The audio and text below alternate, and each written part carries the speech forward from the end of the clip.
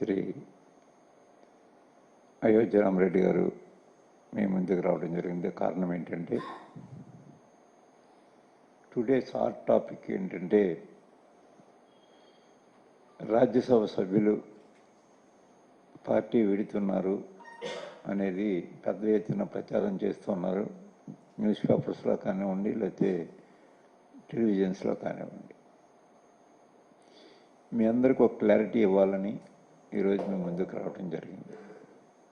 మరో ఇద్దరు మా సహచరులు ఇద్దరు, ఒకటి పెద్దలు శ్రీ గొల్ల బాబురావు గారు, తర్వాత మేడ రఘునాథ్ రెడ్డి గారు కూడా రావాల్సింది. కానీ బాబురావు ఢిల్లీ నుంచి ఫోన్ చేశారు నాకు రాత్రి. రఘునాథ్ రెడ్డి గారు కూడా ఇవాళ మార్నింగే ఫోన్ చేశారు. మేము అనివార్య కారణాల వల్ల వివేకున్న పనుల్లో ఉండటం వల్ల రఘునాథ్ రెడ్డి గారు, అలాగే బాబురావు గారు వారి కోడలు గారు అనుకుంటాను హెల్త్ బాగుండలేదు, ఢిల్లీలో ఉన్నాను, రాలేకపోతున్నాను, హెల్డప్ అయిపోయాను. ఇక్కడ చెప్పండి ప్రెస్ వారికి నేను జగన్మోహన్ రెడ్డి గారి నాయకత్వాన్ని బలపరుస్తూ వారితోనే కొనసాగడం నిర్ణయించుకున్నానని చెప్పడం జరిగిందనే విషయం కూడా ఇవాళ మా మిత్రులందరూ ముందు ఉంచడానికి చాలా సంతోషం వ్యక్తం చేస్తూ ఉన్నా. మీ అందరికీ తెలుసు, వైఎస్ఆర్ కాంగ్రెస్ పార్టీ ఆవిర్భావానికి ముందు నుంచి కూడా నేను కానీ అదే అయోధ్య రామరెడ్డి గారు కానీ వైఎస్ఆర్ కాంగ్రెస్ పార్టీకి మరి విస్తృతంగా ప్రచారం చేస్తూ జగన్మోహన్ రెడ్డి గారి నాయకత్వాన్ని బలపరిచాం. నేనైతే అప్పటికింకా 4 సంవత్సరాలు నాకు మంత్రి పదవి ఉండగానే కూడా దాన్ని త్యజించి వైఎస్ఆర్ కాంగ్రెస్ పార్టీలోకి నేను రావటం, నేను వచ్చిన దగ్గర నుంచి జగన్మోహన్ రెడ్డి గారు కూడా నాకు ఏ విధమైనటువంటి అన్యాయం చేయలేదు. మరి పేపర్లో ఎందుకు వెళ్ళిపోతున్నాయని నా మీద రాస్తున్నారో నేను అప్పుడే 1-2 సార్లు చెప్పాను కూడా. ప్రెస్కి, మా సాక్షి పేపర్కి చెప్పాను, ఎన్టీవీకి చెప్పాను. అయినా ప్రతిరోజు మరి ఏదో సమయంలో మరి మా మీద ప్రచారం చేయటం కొంచెం నాకు బాధ అనిపించింది.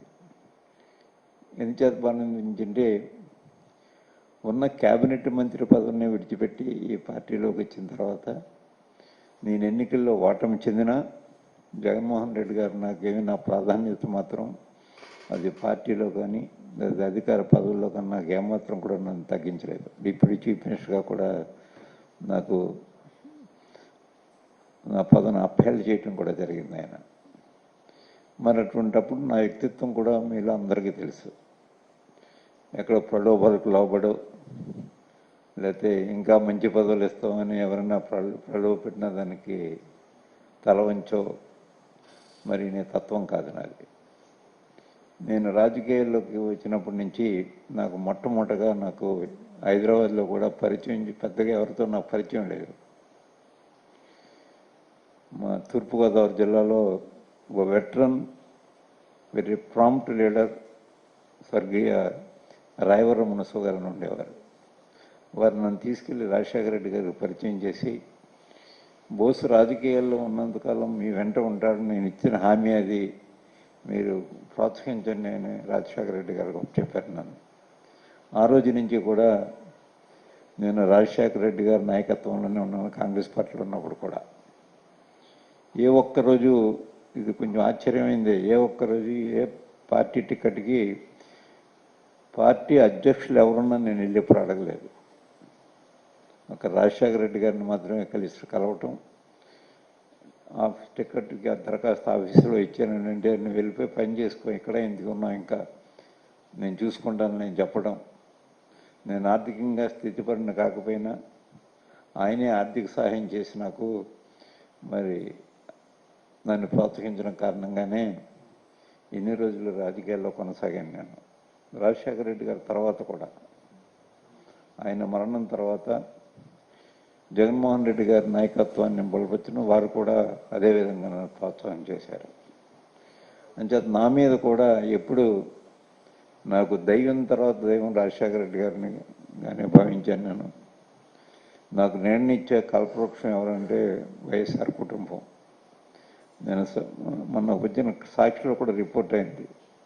ఆర్థికంగా నేను పేదవాడినైనా మరి విధేయతలో మాత్రం నేను సంపన్నున్నే అనే మాట కూడా నేను మాట్లాడితే అది శీర్షిక పెట్టి సాక్షి పేపర్ కూడా మరి వార్త ప్రచురించడం జరిగింది. అయినప్పటికీ ఇంకా దయచేసి నేను మిమ్మల్ని అందరినీ కోరేది ఏంటంటే, నేను ఎప్పుడు అందుబాటులో ఉండేవాడిని, అనునిత్యం ప్రజలతో తిరిగేవాడిని.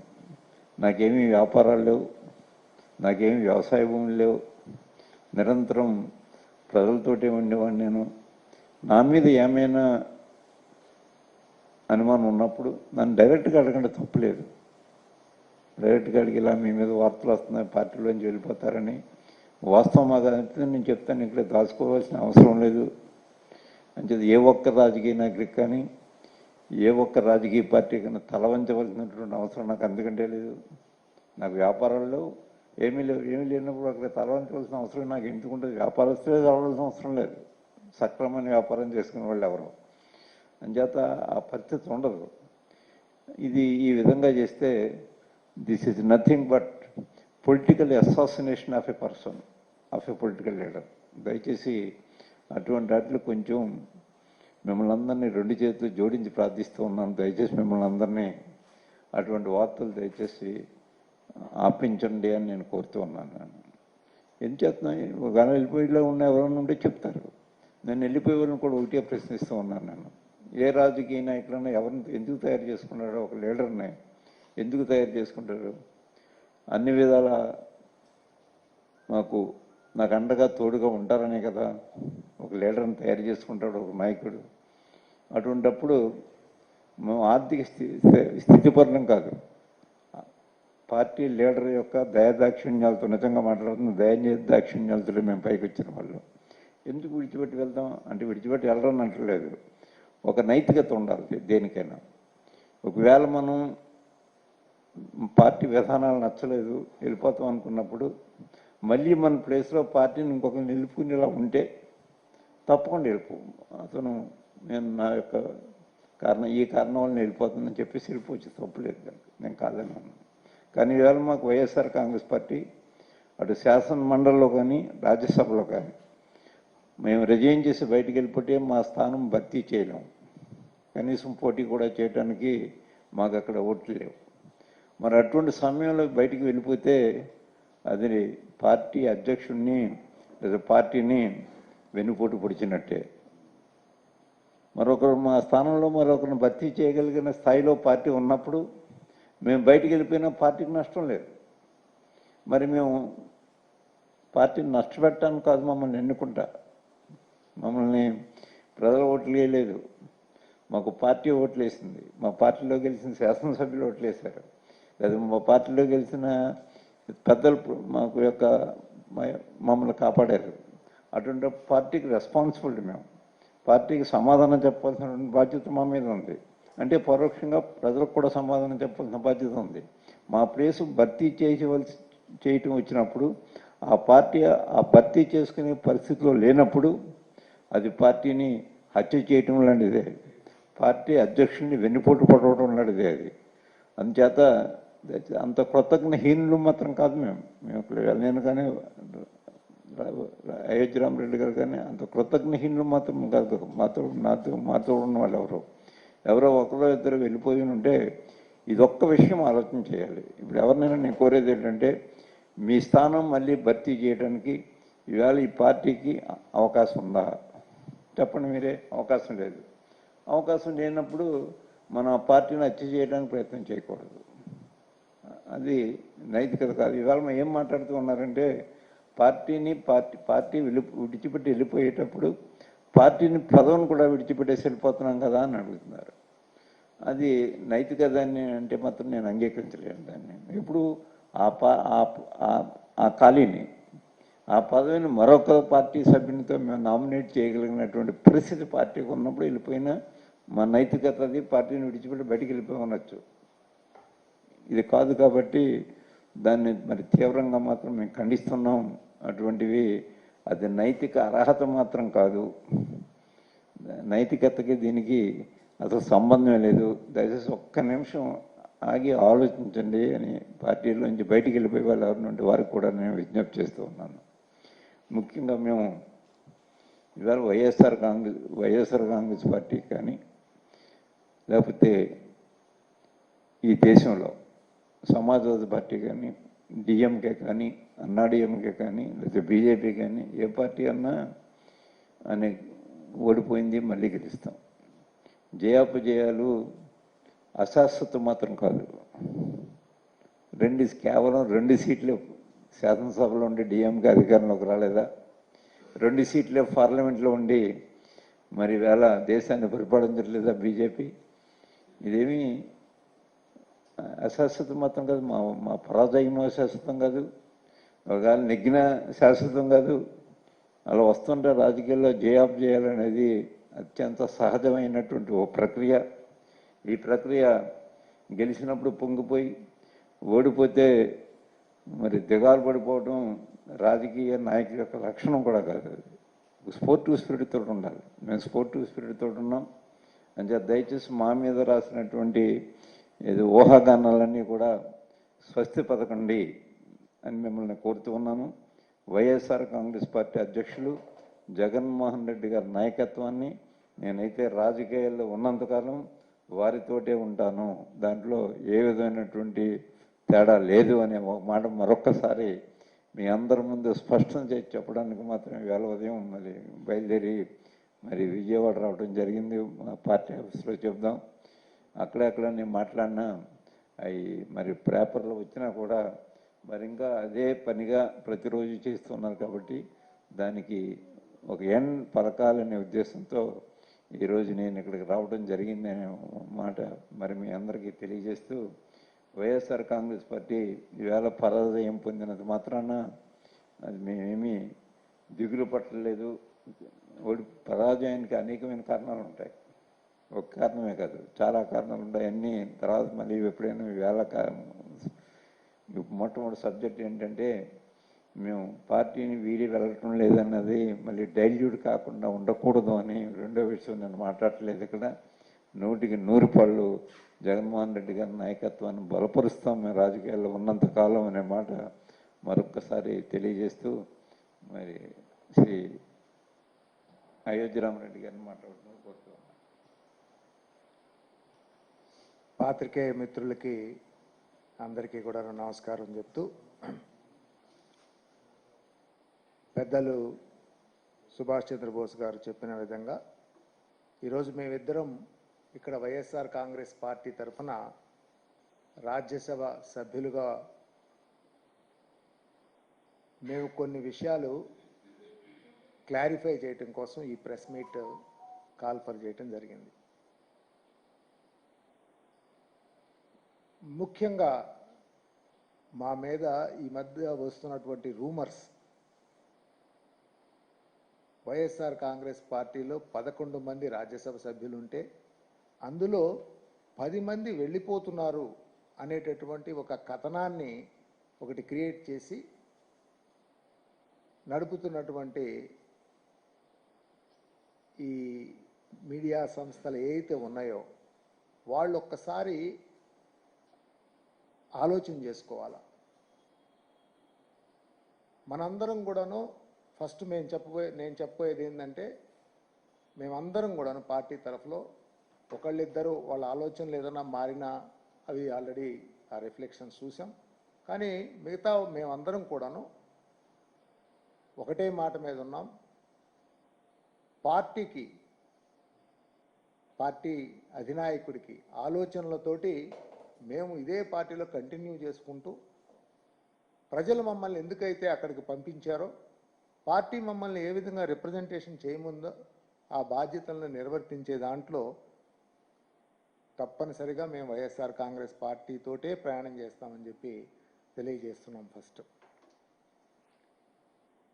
అయితే మేము ఇలా చెప్పుకోవాల్సి వస్తుంది అనేది ఒక బాధ.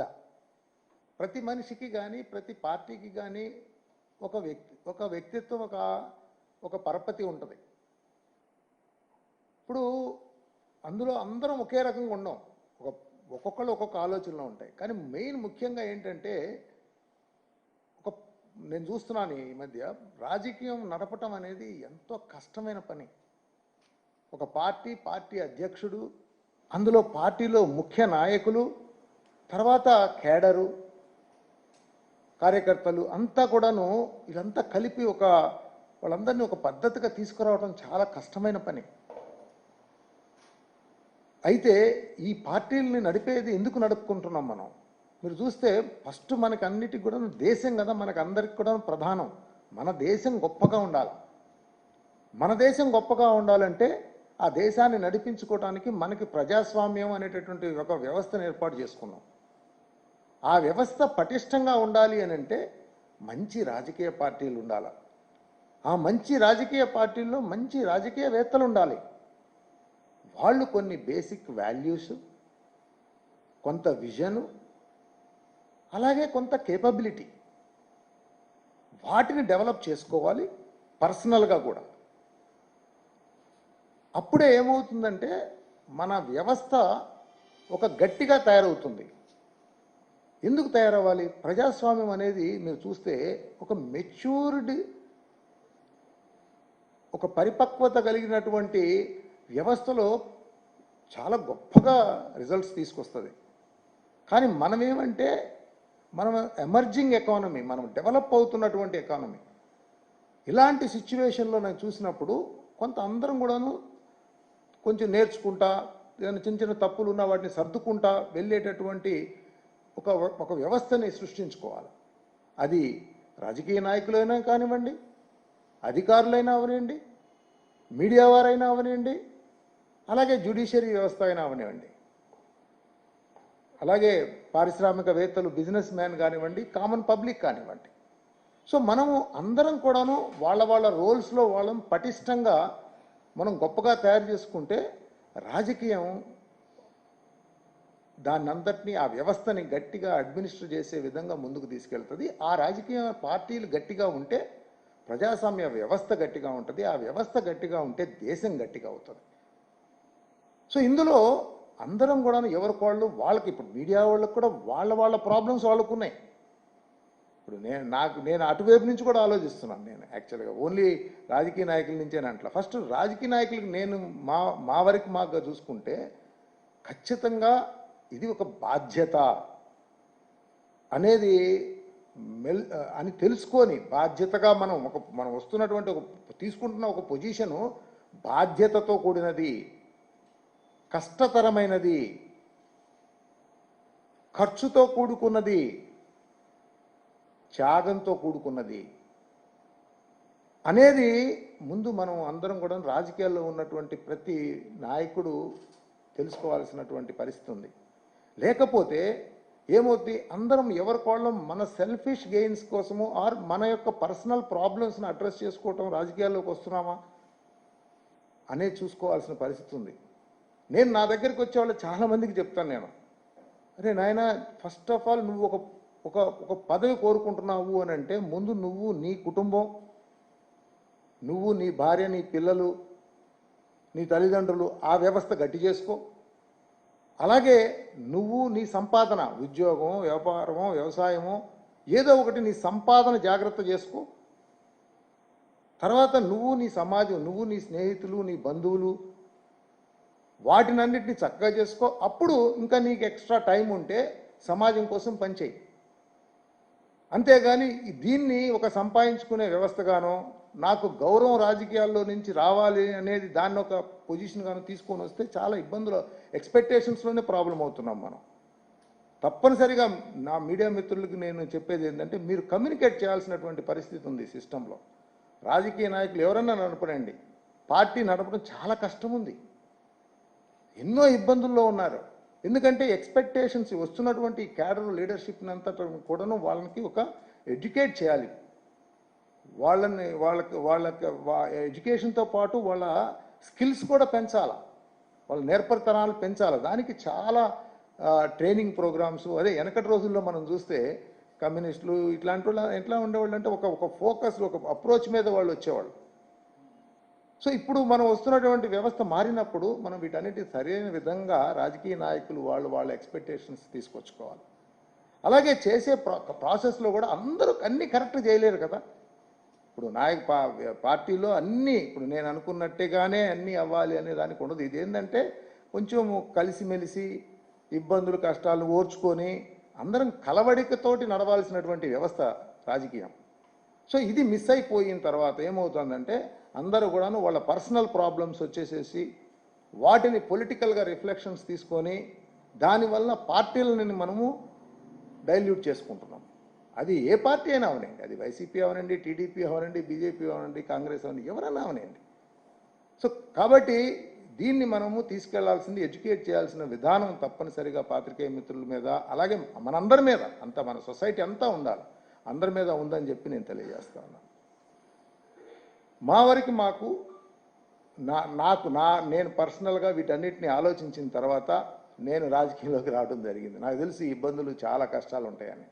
కానీ నేనేమనుకున్నాను అంటే నాకేదో ఒక ప్లాట్ఫామ్ కావాలి.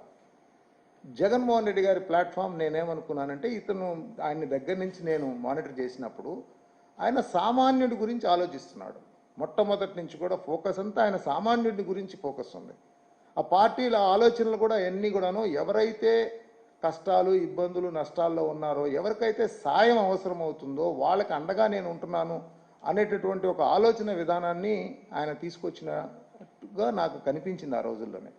సో అందుకని నేను ఆయనతో కలిసి ప్రయాణం చేయాలనుకున్నాను. నేను వచ్చాం. అయితే మాలాంటి వ్యాపారస్తులకి చాలా సెన్సిటివిటీస్ ఉంటాయి. అయితే నేను కొన్ని విషయాలు నేను క్లారిటీ పెట్టుకున్నాను. నేను వ్యాపారం అనేది పక్కన పెట్టేసేయాలని చెప్పేసి 10 ఏళ్ల క్రితమే నేను వ్యాపారాన్ని వదిలేసుకున్నాను. నేను ఈరోజు మెంటర్గా అందరికి ఎవరెవరికైతే హెల్పింగ్ కావాలో, సాయం కావాలో, మెంటరింగ్ చేయాలో అలాంటివి ఎక్కువగా చేస్తున్నాను నేను. సో దాంతో నా ఎక్స్పెక్టేషన్స్ పర్సనల్గా వ్యాపార పరంగా లేకుండా సామాజిక పరంగా, రాజకీయ పరంగా నా దేశానికి, నా సమాజానికి ఏ విధంగా నా వ్యక్తిత్వం తోడ్పాటు అందిస్తుంది అనేటటువంటి దాంట్లో కొన్ని మోడల్ పొలిటీషియన్స్ని మనం ఏ విధంగా డెవలప్ చేసుకోవాలనే దాంట్లో పెద్దల దగ్గర నుంచి నేర్చుకుంటూ అన్న బోసన్ లాంటి వాళ్ళ దగ్గర నుంచి నాకు విపరీతమైన గౌరవం ఆయన చూస్తే. ఎందుకనంటే ఆయన చాలా క్లారిటీతో ఉంటారు మైండ్లో. ఏదైనా కానివ్వండి, ఒక పద్ధతి పట్టుకుంటే ఆ పద్ధతి ప్రకారంగా వెళ్తుంటారు. సో అలాంటి మనుషులు మేమందరం కలిసి ఒక టీమ్గా ఏర్పడుకొని ఒక చక్కగా గత 4 ఏళ్ల నుంచి మేము రాజ్యసభ సభ్యులుగా మేమందరం కూడా కలిసి పనిచేసాం. మాకంతా చాలా చక్కగా ఎవ్రీ ఫ్రంట్ పార్టీలో ఈరోజు 2019లో బ్రహ్మాండంగా గెలిచారు జగన్మోహన్ గారు. 2024లో ఓడిపోయినాం. ఓడిపోతే ఏదో గ్యాప్ ఉంటుంది. మాకైతే ప్రజలు మొత్తం తిరస్కరించారనేటటువంటి దాంట్లో మాకు డౌట్స్ వస్తున్నాయి. ఏంటంటే అంత తిరస్కరించాల్సినటువంటి తప్పులు. అలాగే 2019లో కూడా చంద్రబాబు నాయుడు గారు కూడా మరీ దాదాపు 22-23 ఎమ్మెల్యేలకి పడిపోయినారు. అప్పుడు అన్ని తప్పులు చేసినారా? సో వ్యవస్థలో కొంత గ్యాప్స్ అయితే ఉన్నాయి అనేటటువంటిది మనం సరిచేయటం కోసం మనలాంటి వాళ్ళం ఏ విధంగా కంట్రిబ్యూషన్స్ తీసుకురావచ్చు అనే దాని మీద నేను యాక్చువల్గా రాజకీయంలోకి జరగటం అయింది. మేము ఉన్నంతకాలం రాజకీయంగా నేను జగన్మోహన్ రెడ్డి గారితో కలిసి ప్రయాణం చేద్దామని, అందులో ఏ రకమైనటువంటి డౌట్స్ లేవు. అలాగే మా సహచరులు మేమందరం కూడాను చక్కగా ఒక మాటల మీద ఉండి ఇప్పుడు రమణ గారు, మోపిదేవి వెంకటరమణ గారు కూడా విషయంలో కూడా మేమైతే ఆయన ఏంటంటే ఇప్పుడు ఆయన పర్సనల్గా నాకు లోకల్ పాలిటిక్స్లో నాకు పొజిషన్ తగ్గిపోతుంది అనేటటువంటి విధానం మీద నేను పోతున్నానని చెప్పారు ఆయన. మీరు చూస్తే ఇక్కడ ఖచ్చితంగా రమణ గారు అంటే జగన్ గారికి కానీ మా అందరికి మేము బాగా సహచరులం కదా, మేము మిత్రులం, బాగా ఇష్టం మాకు. అయితే ఆయన్ని స్ట్రెంగ్థన్ చేయటం కోసమే, అంటే గాలిపటం పైకి వెళ్తూ దూరం వెళ్ళినప్పుడు కొన్నిసార్లు కిందకి లాగుతాం కదా దగ్గరికి. సో అలాంటి సిచ్యువేషన్లో ఆయన్ని పైకి తీసుకెళ్ళి మళ్ళీ కిందకి తీసుకురావాలి, తీసుకొచ్చి ఆయన పొజిషన్ని మళ్ళీ స్ట్రాంగ్ చేయాలనేటటువంటి విధంగా ఒక ఎమ్మెల్సీ నుంచి మంత్రిని చేసుకొని, మంత్రి నుంచి రాజ్యసభకు తీసుకెళ్ళి అక్కడి నుంచి మళ్ళా ఆయన్ని నాకున్న దాంట్లో పార్టీ వ్యవస్థలో ఆయన్ని ఎలా ఉపయోగించుకోవాలి ఏంటి అనేది సారు చాలా కమ్యూనికేట్ చేసినారు యాక్చువల్గా. సో ఎనీహౌ నేను అనేది ఏంటంటే ఫైనల్గా బాధ్యతతోటి అందరం కలిసి మేమందరం ప్రయాణం చేస్తున్నాం. ఎవరికన్నా ఒకళ్ళిద్దరికి పర్సనల్ ఇష్యూస్ మీద, ఇబ్బందుల మీద, నాకు కూడా కొన్ని పర్సనల్ ఇష్యూస్ ఉన్నాయి, ఇబ్బందులు ఉన్నాయి. యాక్చువల్గా అందరూ మమ్మల్ని అందరినీ కూడా అన్ని పార్టీల వాళ్ళు అడిగారు మీరు రండి అని, కానీ మేము చాలా క్లారిటీగా ఉన్నాం. ఎటువంటి పరిస్థితుల్లో మేము ఇందాక అన్న చెప్పినట్టు నాకు వైఎస్ఆర్ కాంగ్రెస్ పార్టీ ఎమ్మెల్యేలు అందరూ మమ్మల్ని ఎన్నుకున్నారు.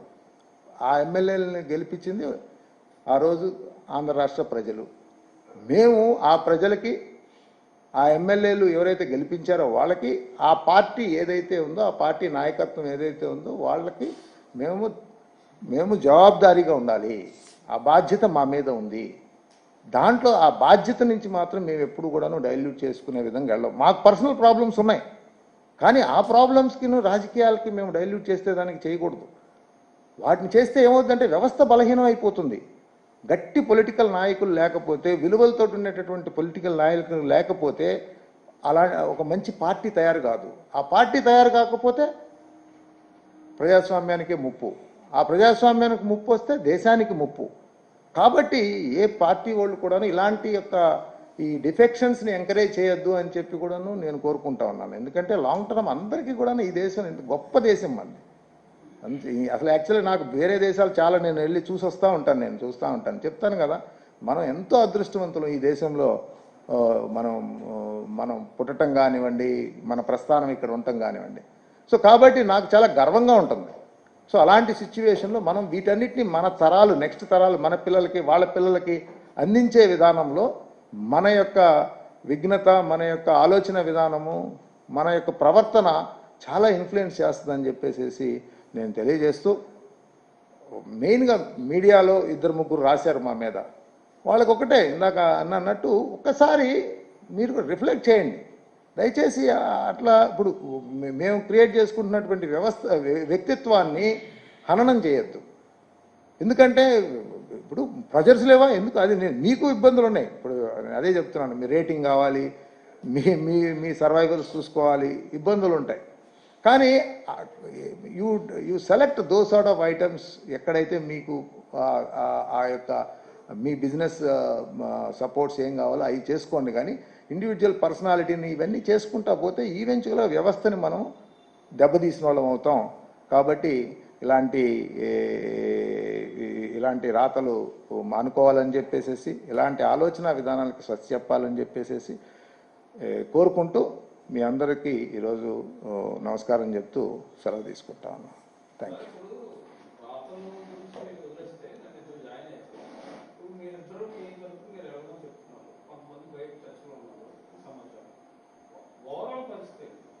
బీజేపీ రిక్వైర్డ్ రాష్ట్ర ఎంపీస్ ఆల్రెడీ జాయిన్ రాజీనామా చేశారు. నన్ను చెప్తారా, నన్ను మాట్లాడండి. మీరు ఒక్కటే చెప్తాను, అదే చెప్తున్నా. ఇప్పుడు ఎక్కడికక్కడ ఏ పార్టీ వాళ్ళు వాళ్ళ సెల్ఫిష్ ఐడియాస్ చూసుకుంటున్నారు. నేను అదే చెప్పింది ఇప్పటిదాకా. ఇప్పుడు నేను స్ట్రాంగ్ ఉండాలి అనుకోవటం తప్పులేదు, కానీ నేను స్ట్రాంగ్ ఉండాలి, మీరందరూ పోవాలి, మిమ్మల్ని తొక్కేయాలి అనేది అనుకోవటమే రాంగ్. నేను గట్టిగా ఉండాలా, నా అపోజిషన్ గట్టిగా ఉంటే నేను గట్టి ఉంటాను. నేను ఇంకా చాలా జాగ్రత్తగా తెలివితేటలతో గట్టిగా ఉంటాను. సో వ్యవస్థలో మనం అందరం కూడా అట్లా రావాలి. మంచి కాంపిటీషన్ ఉండాలా, మంచి విషయాల మీద సపోర్టివ్గా ఉండాలా. ఎక్కడైనా మా నాయకుడు అయితే మా పార్టీ తరఫు నుంచి అలాంటి డైరెక్షన్సే ఉన్నాయి. National interest, state interest priority, personal interest secondary అనేటట్టు తీసుకొచ్చారు ఆయన. అలా అని చెప్పి నేను మళ్ళీ ఒకటి రెండు అన్ని 100 అన్నీ కరెక్ట్గా చేయలేకపోవచ్చు. 1-2 అయినా చిన్న చిన్న మిస్టేక్స్ కూడా ఉంటాయి. మనమేం దేవుళ్ళం కాదు కదా అన్ని 100 కరెక్ట్ చేసేయటానికి. దేవుళ్ళే చేయలేకపోయినారు. సో కాబట్టి మనము బిగ్ పిక్చర్లో వెళ్ళాలి. మెజారిటీ మనం దేనికోసం, వ్యవస్థలను ఏ విధంగా మనము సెట్ చేసుకుంటూ ముందుకు వెళ్తున్నాం అనే దాంట్లో. ఓకే. సో ఖచ్చితంగా మీకు చెప్తేనే నాకు నా పర్సనల్ గోల్స్ని పార్టీ కోసము ఆర్ రాజకీయ వ్యవస్థ కోసము నేను డైల్యూట్ చేయనీయకూడదు. ఇబ్బందులు ఉన్నాయి, చాలా ఇబ్బందులు ఉన్నాయి. మమ్మల్ని కూడా నేను మీకు చెప్పాను కదా, అన్ని పార్టీల వాళ్ళు మమ్మల్ని అప్రోచ్ అయ్యారు. అంటే గౌరవంగా మీరు రాండి మా పార్టీకి, మీరు వచ్చేది అంటే మేము ఇదే అన్న చెప్పినట్టు. సో ఇది తప్పు. మేము ఈరోజు మమ్మల్ని ఒక పార్టీ మమ్మల్ని నామినేట్ చేసి మమ్మల్ని ఒక బాధ్యులుగా మమ్మల్ని పంపించింది కాబట్టి మేము ఆ ప్రజలకి, ఆ పార్టీకి మేము బాధ్యులమై ఉండాలని చెప్పడం జరుగుతుంది. Thank you. హత్య చేసి వేరే పార్టీ వస్తున్నారు. పోతుల సునీత గారు అండ్ ఒక మంది ఆ రోజు మీకు శాసనమండలిలో తక్కువ బలం ఉందని వాళ్ళ పార్టీని హత్య చేసి రమ్మని చెప్తే మీరు చేసుకున్నారు. అది అప్పుడు తప్పు చేశారు ఇప్పుడు భావిస్తున్నారు. ఇలాగ మీరు ఒక పార్టీలో నుంచి ఇంకో పార్టీలోకి గెలిచి వెళ్తామంటే హత్య అంటే చేయడం సమానం. ఎప్పుడప్పుడు అది ఆ పార్టీ నుంచి మరో సభ్యుని ఎన్నుకునే అవకాశం ఉన్నప్పుడు వెళ్ళిపోయినా పర్వాలేదు. ఇది లేదు కదా మాకు అని చెప్పాను. మీరు హత్య చేసి వచ్చిన వాళ్ళని మీరు తీసుకున్నారు. ఇక్కడ 3 రాజధానుల బిల్లు మీకు పాస్ అవ్వాలంటే మీకు వాళ్ళ బలం అవసరం ఉన్నప్పుడు మీరు తీసుకున్నారు. అప్పుడు మీరు తప్పు చేశారని ఇప్పుడు భావిస్తున్నారా?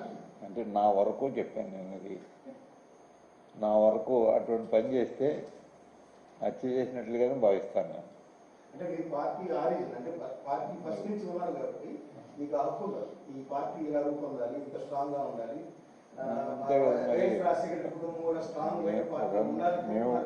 మేము ఇప్పుడు ఏం చేసి వెళ్ళిపోతే మళ్ళీ మా పార్టీ నా స్థానాన్ని మా పార్టీ నుంచి భర్తీ అవ్వదు కదా.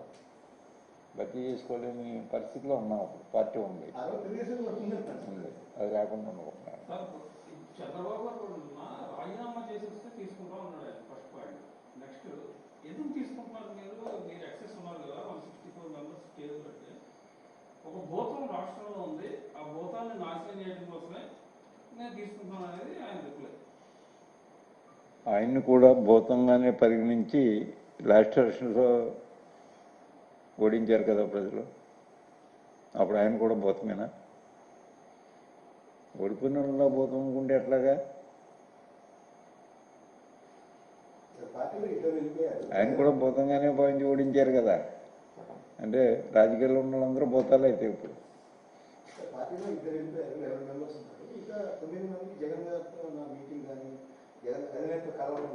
మనం కలిసాం. మన ఢిల్లీలో జగన్మోహన్ రెడ్డి గారు అయితే అందరం కలిసాం.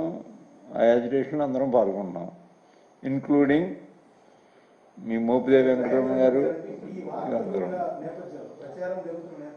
అంటే ఒకటి ఇప్పుడు ఎట్లా ఉందంటే అండి, అదే ఇప్పుడు ఒక పద్ధతి ప్రకారంగా పార్లమెంటుగా పార్టీగా కలుసుకోవటం కానివ్వండి, అలాగే ఇక్కడ మనకి అసెంబ్లీలో కలుసుకోవడం కానీ, పార్టీ క్యాడర్ కలవటం కానీ, ఇట్లా అంతా ఒక పద్ధతి, ఒక సిస్టమ్ ఉంటుంది. ఎవరి డిస్ట్రిక్ట్ పార్టీ అధ్యక్షులుగా కానివ్వండి, క్యాడర్గా కానీ ఇవన్నీ కూడా ఉంటుంది. మా వరకు అంటే జగన్ గారు ఏంటంటే ఒక క్లారిటీ డైరెక్షన్ ఇచ్చేసిన తర్వాత మమ్మల్ని ఇంకా ప్రతిరోజు భూతత్వంలో చూడటం అవి ఈ పార్టీలో అయితే లేదని నేను అంటాను యాక్చువల్గా. సో ఒక క్లారిటీ ఇవ్వటం, ఏదైనా మీకు కన్సర్న్స్ ఉంటే రీచ్ అవుట్ అవ్వండి అనడం, అట్లాంటి పరిస్థితి ఉంది. అదే ఇప్పుడు ఇక్కడ సిచ్యువేషన్ అయితే let us be clear. Personal problems కొన్ని సిస్టమ్ని డామినేట్ చేసే విధంగా వెళ్తున్నాయి. అది ఇప్పుడు ఇందాక ఒక ఆయన వచ్చాడు నాకు యాక్చువల్గా, మా క్యాడర్ బాగా, నాకు గుంటూరు సిటీ పార్టీ అధ్యక్ష పదవి కావాలని అంటున్నాడు. నేను అతను మంచోడు, కానీ నా భయం ఏంటంటే అతను స్ట్రాంగ్ ఉండాలా, అతను పర్సనాలిటీ స్ట్రాంగ్ అవ్వాలి, అతని ఆలోచన విధానం, తెలివితేటలు, లీడర్షిప్ స్ట్రాంగ్ అవ్వాలి.